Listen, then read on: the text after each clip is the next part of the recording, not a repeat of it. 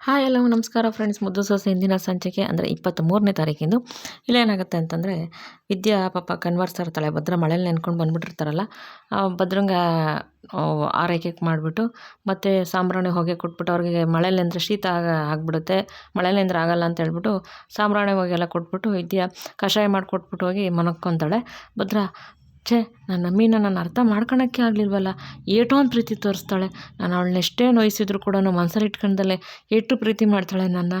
ಅವಳು ಮಾಡಿದ್ದು ಒಂದು ತಪ್ಪೇ ಇಟ್ಕೊಂಡು ನಾನು ಇಷ್ಟೆಲ್ಲ ಮಾತಾಡ್ಬಿಟ್ನಲ್ಲ. ಅವಳು ಮಾಡಿದ್ದು ಒಳ್ಳೆ ಕೆಲಸಗಳು ನನ್ನ ಕಣ್ಣಿಗೆ ಕಾಣಿಸ್ಲಿಲ್ವ. ನಾನು ಇಷ್ಟು ಅಂಥ ತಪ್ಪು ಮಾಡಿಬಿಟ್ಟೆ. ನನ್ನ ಅಮ್ಮೀನ ನಾನು ಅರ್ಥ ಮಾಡ್ಕೊಳಕ್ಕೆ ಆಗಲಿಲ್ವಲ್ಲ. ಅಮ್ಮಮ್ಮ ಹೇಳ್ದಂಗೆ ನಾನು ಅವಳನ್ನ ಪ್ರೀತಿಯಿಂದ ನೋಡ್ಕೊಂಡ್ಲೇ ಇಲ್ಲ. ಅದಲ್ದಲ್ಲಿ ಅವಳು ಮಾಡಿದ್ದು ಒಂದು ತಪ್ಪನೇ ನಾನು ಪದೇ ಪದೇ ಪದೇ ತಪ್ಪು ಮಾಡೋಳೆ ಅಂತ ಅವಳಿಗೆ ಕೋಪ ಮಾಡ್ಕೊಂಡೇ ಮಾತಾಡ್ತಿದ್ದೆ. ಅವಳು ಮಾಡಿದ ಕೆಲಸಗಳು, ಒಳ್ಳೆ ಕೆಲಸಗಳು ನನಗೆ ಕಾಣಿಸ್ಲಿಲ್ಲ ನಮ್ಮಮ್ಮ ಹೇಳ್ದಂಗೆ. ನಮ್ಮಮ್ಮ ಹೇಳಿದ್ದಿಟ್ಟುಯ್ಯ ಅಂತ ಭದ್ರ ಯೋಚನೆ ಮಾಡ್ತಿರ್ತಾರೆ.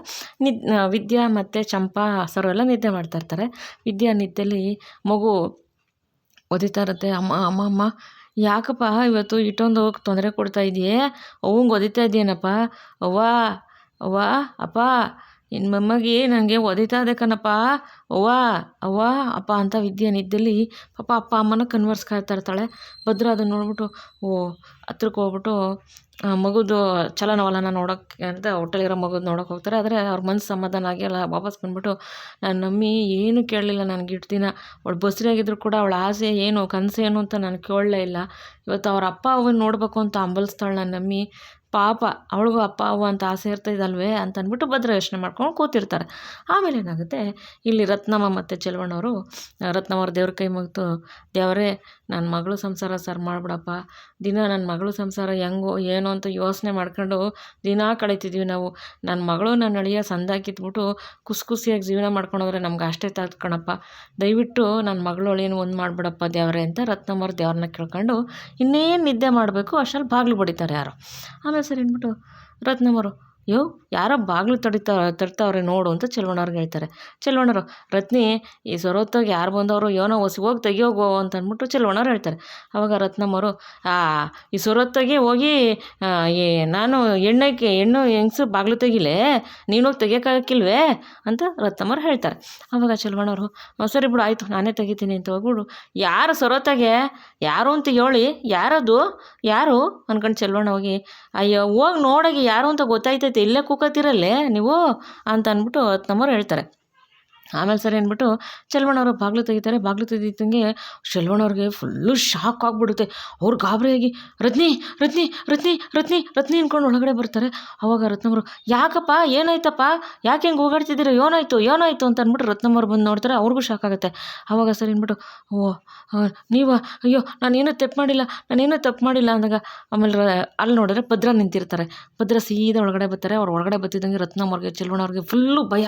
ಏಕೆಂದರೆ ಏನಕ್ಕೆ ಬಂದಿದ್ದಾರೆ ಅಂತ ಗೊತ್ತಾಗ್ತಿಲ್ಲ ರತ್ನಮ್ಮವ್ರಿಗೆ.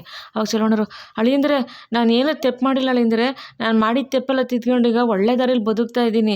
ನಾನೇನೂ ತಪ್ಪು ಮಾಡಿಲ್ಲ.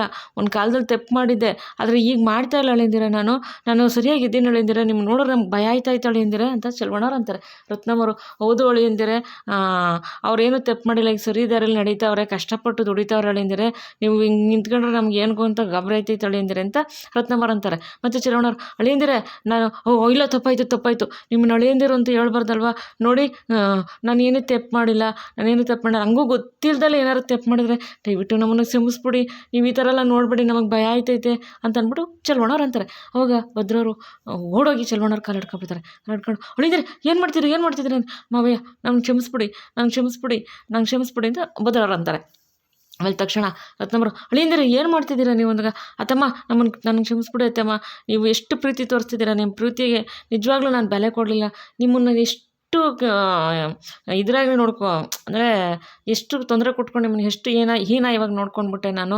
ನಿಜವಾಗ್ಲೂ ನಿಮ್ಮ ಪ್ರೀತಿಗೆ ಬೆಲೆ ಕಟ್ಟೋಕ್ಕೆ ಆಗಲ್ಲ, ಅಷ್ಟು ಪ್ರೀತಿ ತೋರಿಸ್ತೀರ ನನ್ನ ಮೇಲೆ. ನೀವು ಇಷ್ಟು ಪ್ರೀತಿ ಇಟ್ಕೊಂಡಿರೋರ ನಾನು ಅರ್ಥ ಮಾಡ್ಕೊಳ್ಳೋಕ್ಕೆ ಆಗಲಿಲ್ವಲ್ಲ. ಒಂದು ತಪ್ಪು ಮಾಡಿದ್ನ ಅದನ್ನೇ ದೊಡ್ಡದು ಮಾಡ್ಕೊಂಡು ಹೋಗ್ಬಿಟ್ಟೆ ನಾನು.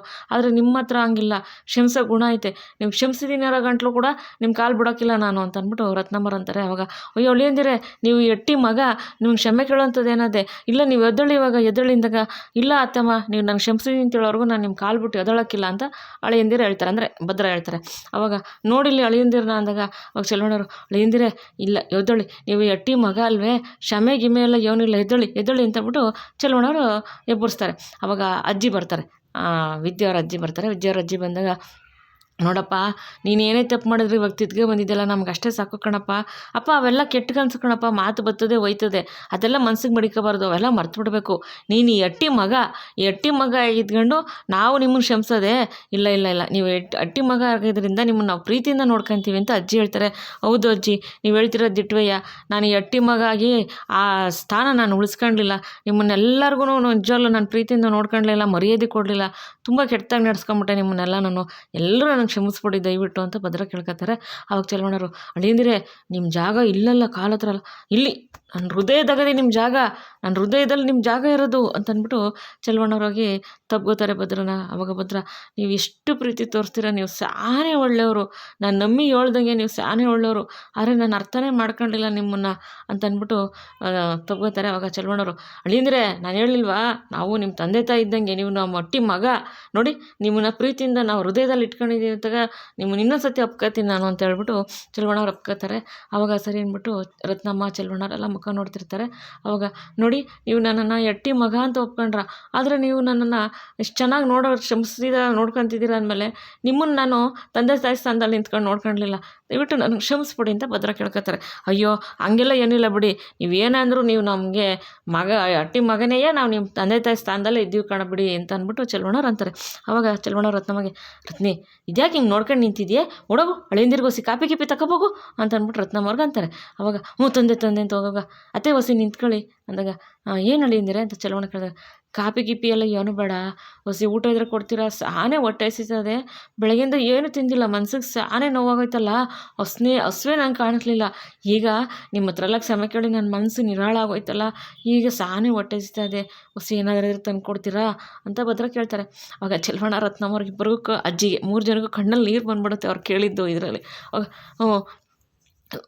ಅಳಿಯಂದಿರೆ ಮಧ್ಯಾಹ್ನದ ಅನ್ನ ಸಾರು ಬಿಟ್ಟರೆ ಏನೂ ಇಲ್ಲ, 10 ನಿಮಿಷ ಟೈಮ್ ಕೊಡಿ, ಹಿಂಗೋಗಿ ಹಿಂಗೆ ಮಾಡ್ಕೊಬಂದ್ಬಿಡ್ತೀನಿ ಬಿಸಿ ಅಂತ ರತ್ನಮ್ಮವ್ರು ಅಂತಾರೆ.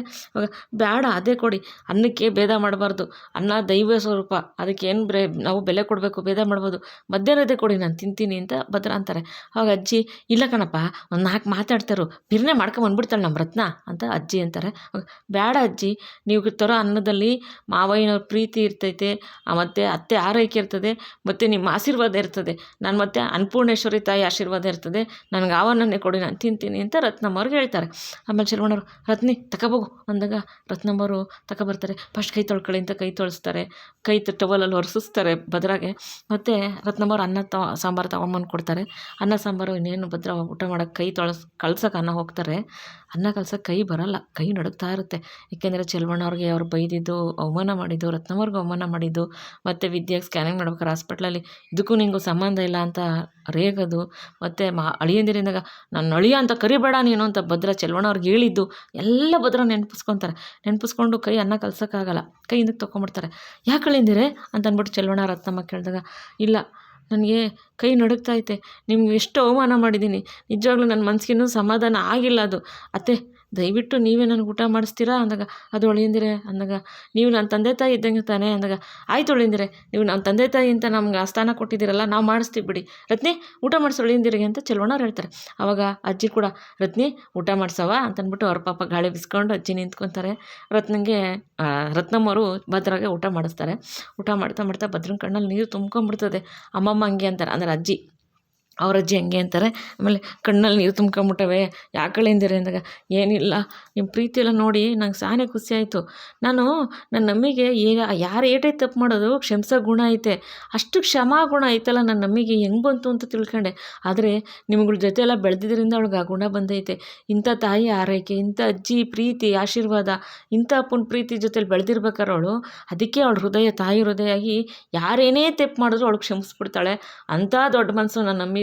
ನಿಮ್ಮ ಮೊಡ್ಲಲ್ಲೆಲ್ಲ ಮಲಗಿ ಅವಳು ಆಟ ಆಡಿ ಬೆಳೆದಿರೋದ್ರಿಂದ ನಿಮ್ಮ ಮನಸ್ಸಲ್ಲಿರೋ ಪ್ರೀತಿನೇ ಅವಳಿಗೂ ಬಂದೈತೆ, ನಿಮ್ಮ ಬುದ್ಧಿನೇ ಅವಳಿಗೂ ಬಂದೈತೆ, ಆದರೆ ನಾನು ಏನೂ ಅರ್ಥನೇ ಮಾಡ್ಕೊಳಕ್ಕಾಗಲಿಲ್ಲ ಅಂತ ಭದ್ರ ಅಂತಾರೆ. ಈಗ ಅದೆಲ್ಲ ಬಿಡಿ, ಹೊಟ್ಟೆ ತುಂಬ ಊಟ ಮಾಡಿ ನೀವು ಅಳಿಯಂದಿರೆ ಅಂತ ಚೆಲುವಣ್ಣವ್ರು ಅಂತಾರೆ. ಇಲ್ಲಿ ಈ ಕಡೆ ಏನಾಗುತ್ತೆ, ಸುಭಾಷಂಗೆ ಫಸ್ಟ್ ನೈಟ್ ರೆಡಿಯಾಗಿ ಬರ್ತಾನೆ. ಅಲ್ಲಿ ನವ್ಯವ್ರು ಕೂತಿರ್ತಾರೆ. ನವ್ಯವ್ರು ಪ್ರೀತಿಯಿಂದ ಮಾತಾಡ್ಸೋ ಥರ ಮಾತಾಡಿಸ್ತಾರೆ. ಆಮೇಲೆ ಸುಭಾಷ ಎಲ್ಲೋ ನನ್ನ ಸ್ವೀಟಿಗೆ ಕೋಪ ಎಲ್ಲ ಕಮ್ಮಿಯಾಗಿ ಪ್ರೀತಿ ಬಂದ್ಬಿಟ್ಟೈತೆ ಅಂತ ಹೋಗ್ತಾರೆ. ನವ್ಯಂಗೆ ಕೋಪ ಬಂದು ಹಾಲು ಗ್ಲಾಸ್ ಬಿಸಾಕ್ಬಿಟ್ಟು, ಏಯ್ ನಾನು ನೀನು ಬದಲಾಗಿದ್ದೀನಿ ಅಂತ ತಿಳ್ಕೊಂಡಿದ್ಯಾ ನೀನು? ಯಾವುದೇ ಕಾರಣಕ್ಕೂ ನಾನು ಬದಲಾಗಲ್ಲ. ನೀನು ಮಾಡಿರೋ ಪ್ರತಿಯೊಂದೂ ಒಂದು ಹೆಣ್ಮಕ್ಳ ಜೊತೆ ಯಾವ ರೀತಿ ನಡ್ಕೊಂಡಿದ್ದೆ ಎಲ್ಲ ನನಗೆ ಗೊತ್ತಿದೆ. ಆದರೆ ನಿನ್ನನ್ನು ಯಾವುದೇ ಕಾರಣಕ್ಕೂ ನಾನು ಕ್ಷಮಿಸಲ್ಲ. ಈ ಮದುವೆ ಆಗಿರೋದೇ ನಿನ್ನನ್ನು ಬುದ್ಧಿ ಕಲ್ಸೋಕ್ಕೆ, ನಿನ್ನನ್ನು ತಿದ್ದೋಕ್ಕೆ ನಾನು. ಓಹೋ, ಒಬ್ಬರು ಖುಷಿಯಾಗಿರ್ಬೋದು ಅಂತ ಇವತ್ತು ಅಂದ್ಕೊಂಡ, ಅದು ಯಾವುದೇ ಕಾರಣಕ್ಕೂ ಸಾಧ್ಯ ಇಲ್ಲ ಅಂದಾಗ, ಹಂಗಲ್ಲ ಸ್ವೀಟಿ, ಹಾಗೆ ಕರಿಬೇಡ ನನ್ನನ್ನು, call me Navya madam, okay, you got it ಅಂತ ನವ್ಯ ಅಂತಾರೆ. ಅವಾಗ ಅದು ನವ್ಯ ಮೇಡಮ್ ಅಂತ ಅಂದ್ಬಿಟ್ಟು ನವ್ಯ ಅಂತಾರೆ. ಸರಿ ಆಯಿತು, ನಾನೇನೋ ತಪ್ಪು ಮಾಡಿಬಿಟ್ಟೆ, ದಯವಿಟ್ಟು ಕ್ಷಮಿಸ್ಬಿಡು, ಇನ್ಮೇಲೆ ಆ ಥರ ತಪ್ಪು ಮಾಡೋಕ್ಕಿಲ್ಲ, ಇನ್ಮೇಲೆ ನಾನು ತಿದ್ಗೆ ಹೋಯ್ತೀನಿ, ದಯವಿಟ್ಟು ಕ್ಷಮಿಸು ಅಂದಾಗ, ನಿನಗ ಕ್ಷಮೆನ ಅದು ಈಗಲೇ ಸಿಗೋಲ್ಲ, ನೀನು ಬದಲಾಗಿದ್ದೀನಿ ಅಂತ ತೋರಿಸ್ತೀಯಲ್ಲ ಅವಾಗ ಸಿಗುತ್ತೆ ಅಂದಾಗ, ಅದು ಅಂದಾಗ, ನೋಡು ನಾನು ಒಂದು ಸತಿ ಡಿಸೈಡ್ ಮಾಡಿದ್ಮೇಲೆ ನನ್ನ ಮಾತು ನಾನೇ ಕೇಳಲ್ಲ, ಸೈಲೆಂಟಾಗಿ ನಾನು ಹೇಳೋದು ಕೇಳ್ಕೊಂಡಿದ್ರೆ ಸರಿ ಹೋಗುತ್ತೆ. ಇಲ್ಲ ಅಂದರೆ ನಿನ್ನನ್ನು ವರದಕ್ಷಿಣೆ ಕೇಳ್ತಾ ಇದ್ದಾನೆ ಅಂತ ನಾನು ಮುಂದೆ ಕಂಪ್ಲೇಂಟ್ ಮಾಡಬೇಕಾಗತ್ತೆ. ಹುಷಾರು, ಒಂದು ಕೆಲಸ ಮಾಡು, ಇವತ್ತಿಂದ ನಿನ್ನ ಜಾಗ ಈ ರೂಮಲ್ಲ, ಈ ರೂಮ್ ಇವತ್ತಿಂದ ನಂದು. ನೀನು ಚಾಪೆ ಬೆಡ್ಶೀಟೆಲ್ಲ ತೊಗೊಂಡು ಕಿಚನೆಲ್ಲ ಹಾಲೆಲ್ಲ ಮಲ್ಕೋ, ಅರ್ಥ ಆಯ್ತು ಅಂದಾಗ, ಅಯ್ಯೋ ಹಂಗಲ್ಲ ನವ್ಯ, ನಾನು ಹೊರಗಡೆ ಹೋದರೆ ನನ್ನ ಮರ್ಯಾದೆ ಹೋಗುತ್ತೆ, ನಾನು ಹೋಗಲ್ಲ, ಹಂಗೆಲ್ಲ ಶಿಕ್ಷೆ ಕೊಡಬೇಡ ನನಗೆ ಅಂತ ಸುಭಾಷ ಅಂತಾರೆ. ಅವಾಗ ಏನು ನಿನಗೆ ಮರ್ಯಾದೆ ಇದೆಯಾ ನಿನಗೆ? ಅದ್ರ ಬಗ್ಗೆ ಗೊತ್ತಿದೆಯಾ, ಅದ್ರ ಬೆಲೆ ಗೊತ್ತಿದೆಯಾ ನಿನಗೆ? ನೋಡು, ನಿನಗೆ ನಾನು ಹೇಳ್ದಂಗೆ ನೀನು ಕೇಳಬೇಕಷ್ಟೆ. ಇಲ್ಲ ನಾನು ಅಲ್ಲೆಲ್ಲ ಹೋಗೋಕ್ಕೂ ಆಗಲ್ಲ ಅಂದಾಗ, ಅದೆಲ್ಲ ಗೊತ್ತಿಲ್ಲ, ಒಂದು ಕೆಲಸ ಮಾಡು, ಹಾಲಲ್ಲೋ ಕಿಚನೆಲ್ಲ ಮಲಗ್ತೀಯಾ, ಇಲ್ಲ ನಾನು ಇವಾಗ ಹೇಳ ಅರೆಸ್ಟ್ ಮಾಡ್ಸೋದು ಎಲ್ಲೋಗಿ ಮಲಗ್ತೀಯ ಅಂತ ಗೊತ್ತಿದೆಯಾ ಅಂದಾಗ, ಅದು ಆಗಲ್ಲ ಅಂದಾಗ, ಎತ್ಕೋ ಚಾಪೆ ದಿಂಬು ಎತ್ಕೊಂಡು ಹೋಗ್ತಾರೆ, ಮಾತಾಡಿ ಕುಡ್ದು, ಅರ್ಥ ಆಯ್ತಾ? Out, get out.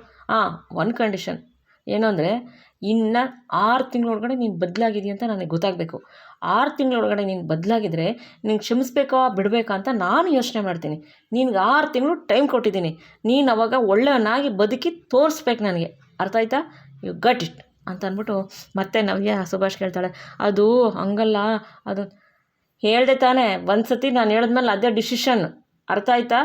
ಹೋಗ್ತೀಯಾ ಕಿಚನಲ್ಲಿ ಮಲಗ್ತೀಯಾ ಇಲ್ವಾ ಅಂತ ಅಂದ್ಬಿಟ್ಟು ಅಂದಾಗ, ಸರಿ ಆಯಿತು ಅಂತ ಸುಭಾಷ ಅಲ್ಲಿಂದ ಚಾಪೆ ದಿಂಬು ಬೆಡ್ಶೀಟ್ ಎತ್ಕೊಂಡು ಹೊರಡ್ತಾರೆ. ಆಮೇಲೆ ಇಲ್ಲಿ ಕಡೆ ಏನಾಗುತ್ತೆ, ವಿದ್ಯೆ ಮಲಗಿರ್ತಾಳೆ. ಸಡನ್ನಾಗಿ ಏನೋ ಒಂಥರ ಕನಸು ಬಿದ್ದಂಗೆ ಆಗಿದ್ಬಿಟ್ಟು ಅಮ್ಮ ಅಂತಾಳೆ. ಅಷ್ಟರಲ್ಲಿ ಚಂಪಾ ಸರ್ ಓಡ್ಬಂದು ಯಾಕೆ ಅಂದಾಗ, ಅಯ್ಯೋ ನನ್ನ ಜನ್ಮ ಕೊಡೋ ಮಗ ನನಗೆ ಯಾಕೋ ಹೊಟ್ಟೆಲಿ ಒದಿತಾ ಇದೆ, ನನ್ನ ಜನ್ಮ ಕೊಟ್ಟವ್ರು ನೆನಪಿಸ್ತಾ ಇದೆ, ಏನು ಮಾಡೋದು ಅಂತ ಅಂದ್ಬಿಟ್ಟು ಅಂತಾಳೆ. ಅಷ್ಟರಲ್ಲಿ ಚಂಪಾ ನೀರು ಕುಡಿಸ್ತಾರೆ. ಸರ್, ಅಕ್ಕ ಬಸ್ತಿರಿಗೆ ಏನೇನೋ ಬೈಕೆ ಇರ್ತದೆ ಅಂತ ತಿಳ್ಕೊಂಡಿದ್ದೆ, ಈ ಥರ ನೀನು ಅವ್ವ ಅಪ್ಪನ ನೋಡ್ಬೇಕು ಅನ್ನೋ ಬೈಕೆ ಬಂದೈತಾ ನಿನಗೆ ಅಂದಾಗ, ಅಯ್ಯೋ ಸರು ಅಂತ ವಿದ್ಯೆ ಅಂತಾಳೆ. ಸರಿ ಬಿಡು ಆಯಿತು ಅಂತ ಸರು ಸುಮ್ಮನೆ ಆಯ್ತಾಳೆ. ಸರಿ ವಿದ್ಯಾ, ಯಾಕೆ ಇವತ್ತು ನನ್ನ ಅಪ್ಪ ಅಮ್ಮನ ನೆನಪು ಇಷ್ಟೊಂದು ಬತ್ತಾಯ್ತಲ್ಲ ಅಂತ ಅಂದ್ಬಿಟ್ಟು ವಿದ್ಯಾ ಅನ್ಕೊಂತಿರ್ತಾಳೆ. ಸರಿ ಇಲ್ಲಿ ಕಡೆ ಭದ್ರಂಗೆ ರತ್ನಮ್ಮವ್ರು ಊಟ ಮಾಡಿಸ್ತಾರೆ. ಊಟ ಎಲ್ಲ ಮಾಡಿಸ್ಮೇಲೆ ಭದ್ರ ಸರಿ ಆಯಿತು ಬರ್ತೀನಿ ಅಂತ ಅಂದ್ಬಿಟ್ಟು ಎದ್ದೇಳ್ತಾರೆ. ಅವಾಗ ನಾನೊಂದು ಕೇಳ್ಕೊತೀನಿ ನಿಮ್ಮನ್ನು, ದಯವಿಟ್ಟು ನೀವಿಬ್ಬರು ನನ್ನ ಜೊತೆ ಬರಬೇಕು ಅಂತ ಭದ್ರ ರತ್ನಮ್ಮವ್ರನ್ನ ಚೆಲುವಣ್ಣವ್ರು ಕೇಳ್ತಾರೆ. ಅವಾಗ ನಾವಾ ಅಂದಾಗ, ಹೌದು, ನನ್ನ ಅಮ್ಮಿ ನಿಮ್ಮನ್ನು ನೋಡಬೇಕು ಅಂತ ಸಾನೇ ಆಸೆ ಪಡ್ತಾಳೆ. ಅವಳು ಬಸರಿ ಆದಾಗಲಿಂದ ಅವಳ ಬೈಕೆ ಏನು, ಅವಳ ಆಸೆ ಏನು ಅಂತ ನಾನು ಒಂದೂ ಕೇಳಲಿಲ್ಲ. ಅವಳಿಗೆ ಸಾನೇ ಮನಸ್ಸಿಗೆ ನೋವು ಕೊಟ್ಬಿಟ್ಟಿದ್ದೀನಿ ನಾನು. ಇವಾಗಾರು ಅವಳ ಆಸೆ ನಾನು ನೆರವೇರಿಸಲೇಬೇಕು. ದಯವಿಟ್ಟು ನೀವು ನಾನು ಏನೇ ನಿಮ್ಮನ್ನು ಅಂದಿದ್ರು ಮನಸ್ಸಲ್ಲಿ ಮಡಿಕೋಬೇಡಿ, ದಯವಿಟ್ಟು ನನ್ನ ಜೊತೆ ಅಟ್ಟಿಗೆ ಬಂದಿರೇ ಅಂತ ಅಂದ್ಬಿಟ್ಟು ಭದ್ರ ರತ್ನಮ್ಮವ್ರನ್ನ ಮತ್ತು ಚೆಲುವಣ್ಣವ್ರನ್ನ ಕೇಳ್ತಾರೆ. ಆವಾಗ ಅಮ್ಮಮ್ಮ ಅಂದರೆ ಅವ್ರ ಅಜ್ಜಿ, ವಿದ್ಯೆಯವ್ರ ಅಜ್ಜಿ ಇರ್ತಾರಲ್ಲ ಅವರು, ಅಯ್ಯೋ ಇಟೊಂದು ನೀನು ಕೇಳ್ಕೊಬೇಕೇನಪ್ಪ, ಇವಾಗ ನನ್ನ ಮೊಮ್ಮಗಳು ಅಷ್ಟೊಂದು ಆಸೆ ಪಡ್ತಾವಳೆ ಅಂತ ಅಂದಮೇಲೆ ನೀವು ನನ್ನ ಮೊಮ್ಮಗಳು ಅಷ್ಟೊಂದು ಪ್ರೀತಿಯಿಂದ ನೋಡ್ಕೊತಾ ಇದ್ದೀರ ಅಂದಮೇಲೆ ನಾವು ಬರ್ದಲ್ಲಿ ಇರೋಕ್ಕಾಯ್ತೈತಾ? ರತ್ನಿ ಚೆಲ್ವಾ ಹೋಗಿ ಹೋಗ್ಬೋಗ್ರಪ್ಪ ಅಂತ ಅಂದ್ಬಿಟ್ಟು ಅಜ್ಜಿ ಹೇಳ್ತಾರೆ, ವಿದ್ಯೆಯವ್ರ ಅಜ್ಜಿ. ಅವಾಗ ಚೆಲುವಣ್ಣವ್ರ ರತ್ನಮ್ಮವ್ರು ಭದ್ರನ ಮಕ್ಕ ನೋಡ್ತಾರೆ. ಅವಾಗ ನೋಡ್ಕೊಂಡು ಇವಾಗ ನೀವು ಬರಲೇಬೇಕು ಅಂತ ಅಂದ್ಬಿಟ್ಟು ಹೋದ್ರೆ ಕೇಳಿದಾಗ, ಅಯ್ಯೋ ಅಳಿಯಂದರೆ ನಾವು ಹೆಂಗೆ ಬರೋಕ್ಕಾಗಲ್ಲ ಅಂತ ಹೇಳೋಕ್ಕಾಯ್ತೈತೆ, ನೀವು ಇಷ್ಟೊಂದು ಪ್ಯೂರಿತಿಯಿಂದ ಕರೆದ್ಮೇಲೆ, ಅದು ನಮ್ಮ ಮಗಳು ನಮ್ಮನ್ನು ನೋಡಬೇಕು ಅಂತ ಅವಳಲ್ಲ, ನಿಜವಾಗ್ಲೂ ಇದೆಲ್ಲ ನನಸ ಅನಿಸ್ತೈತೆ ನಮಗೆ ಅಂತ ಅಂದ್ಬಿಟ್ಟು ಚೆಲುವಣ್ಣ ಅಂತಾರೆ. ಆವಾಗ ಅಜ್ಜಿ, ಅಯ್ಯೋ ಚೆಲ್ವಾ ಇದೆಲ್ಲ ಒಂದು ಕೆಟ್ಟ ಕನಸು ಅಂತ ಮರ್ತ್ಬಿಡಪ್ಪ, ಇವಾಗ ಒಂದು ಮಾತು ಬರಲಿ ಹೋಗ್ಲಿ, ನೀ ಅಟ್ಟಿ ಮಗನೇಯ, ಅರ್ಥ ಐತೆ, ಈ ಮಾತುಗಳು ಬಂದವೆ, ಆದರೆ ನಮ್ಮ ಮನಸ್ಸಲ್ಲಿ ನಿನ್ನ ಬಗ್ಗೆ ಇರೋ ಪೂರ್ತಿ ಮಾತ್ರ ಕಮ್ಮಿ ಆಗಿಲ್ಲ, ನಮ್ಮ ಮನಸ್ಸಲ್ಲಿ ನಿನ್ನ ಬಗ್ಗೆ ಪೂರ್ತಿ ಅಷ್ಟೈತೆ ಕಣಪ್ಪ ಅಂತ ಅಜ್ಜಿ ಅಂತಾರೆ. ಚೆಲುವಣ್ಣ ರತ್ನಮ್ಮರು, ಅಳಿಯಂದಿರೆ ಒಂದು ಮಾತು ಬಂದು ಹೋಗೋದೆ, ಅವನ್ನೆಲ್ಲ ನಾವು ಮರ್ತ್ಬಿಟ್ಟಿದ್ದೀವಿ. ಅವತ್ತು ನಿಮ್ಮನ್ನ ಹೆಂಗೆ ಅಟ್ಟಿ ಮಗ ಅಂತ ಮನಸ್ಸಲ್ಲಿ ನಾವು ಪ್ರೀತಿ ಮಾಡಿಕೊಂಡಿದ್ದೀವೋ, ಇವತ್ತು ಅದೇ ಪ್ರೀತಿನೇ ನಿಮ್ಮ ಯಾಕಿರೋದು. ನೀವು ಕರೆಯೋದು ಹೆಚ್ಚ, ನಾವು ಬರೋದು ಹೆಚ್ಚ, ನಾವು ಬತ್ತೀವಿ ಬಿಡಿ, ನಮ್ಮ ಮಗಳು ನಮ್ಮನ್ನು ನೋಡಬೇಕು ಅಂದಾಗ ನಾವು ಬತ್ತೀವಿ ಅಂತ ಚೆಲುವಣ್ಣ ರತ್ನಮ್ಮವ್ರು ಹೇಳ್ತಾರೆ. ಸಾನೇ ಖುಷಿ ಆಯಿತು, ನೀವು ನನ್ನ ಜೊತೆ ಬರ್ತೀನಿ ಅಂದ್ರಲ್ಲ ಸಾನೇ ಖುಷಿ ಆಯಿತು ನನಗೆ. ನಾನು ನಮ್ಮಿ ನಿಜವಾಗ್ಲೂ ನಾನು ಪಾಪ ನಿಮ್ಮನ್ನು ನೋಡಬೇಕು ಅಂತ ಸಾನೇ ಆಸೆ ಪಡ್ತಾಳೆ, ಅದಕ್ಕೆ ನಾನು ಇಷ್ಟು ಕೇಳ್ಕೊಂಡಿದ್ದು ಅಂತ ಅಂದ್ಬಿಟ್ಟು ಭದ್ರ ಹೇಳ್ತಾರೆ. ಇವತ್ತಿನ ಸಂಚಿಕೆಯಲ್ಲಿ ಮುಗಿಯುತ್ತೆ ಸ್ನೇಹಿತರೆ. ಮುಂದಿನ ಸಂಚಿಕೆಯಲ್ಲಿ ಏನಾಗುತ್ತೆ ತಿಳಿಸ್ಕೊಡ್ತೀನಿ. ಈ ಸಂಚಿಕೆ ನಿಮ್ಗೆ ಇಷ್ಟ ಆಗಿರೋ ದಯವಿಟ್ಟು ಒಂದು ಲೈಕ್ ಮಾಡಿ, ಶೇರ್ ಮಾಡಿ, ಸಬ್ಸ್ಕ್ರೈಬ್ ಮಾಡ್ಕೊಳ್ಳಿ. ಪ್ಲೀಸ್ ವಿಡಿಯೋ ನೋಡಿ ಸಪೋರ್ಟ್ ಮಾಡಿ ಅಂತ ಕೇಳ್ಕೊತೀನಿ. ಯಾರ್ಯಾರು ವಿಡಿಯೋ ನೋಡಿದಿರಾ, ಸಪೋರ್ಟ್ ಮಾಡಿದಿರಾ, ಸಬ್ಸ್ಕ್ರೈಬ್ ಆಗಿದ್ದೀರಾ ಎಲ್ಲರಿಗೂ ತುಂಬ ತುಂಬ ತುಂಬ ಧನ್ಯವಾದಗಳು. ದಯವಿಟ್ಟು ಮೊದಲನೇ ಸತಿ ನೋಡೋರು ಸಬ್ಸ್ಕ್ರೈಬ್ ಮಾಡ್ಕೊಂಡು ನೋಡಿ. ನಾನು ಪ್ರತಿ ವಿಡಿಯೋದಲ್ಲೂ ಕೇಳ್ಕೊತಾ ಇದ್ದೀನಿ, ದಯವಿಟ್ಟು ಸಬ್ಸ್ಕ್ರೈಬ್ ಮಾಡ್ಕೊಳ್ಳಿ. ವಿಡಿಯೋ ನೋಡೋದಕ್ಕೆ ಧನ್ಯವಾದಗಳು. Thank you for watching.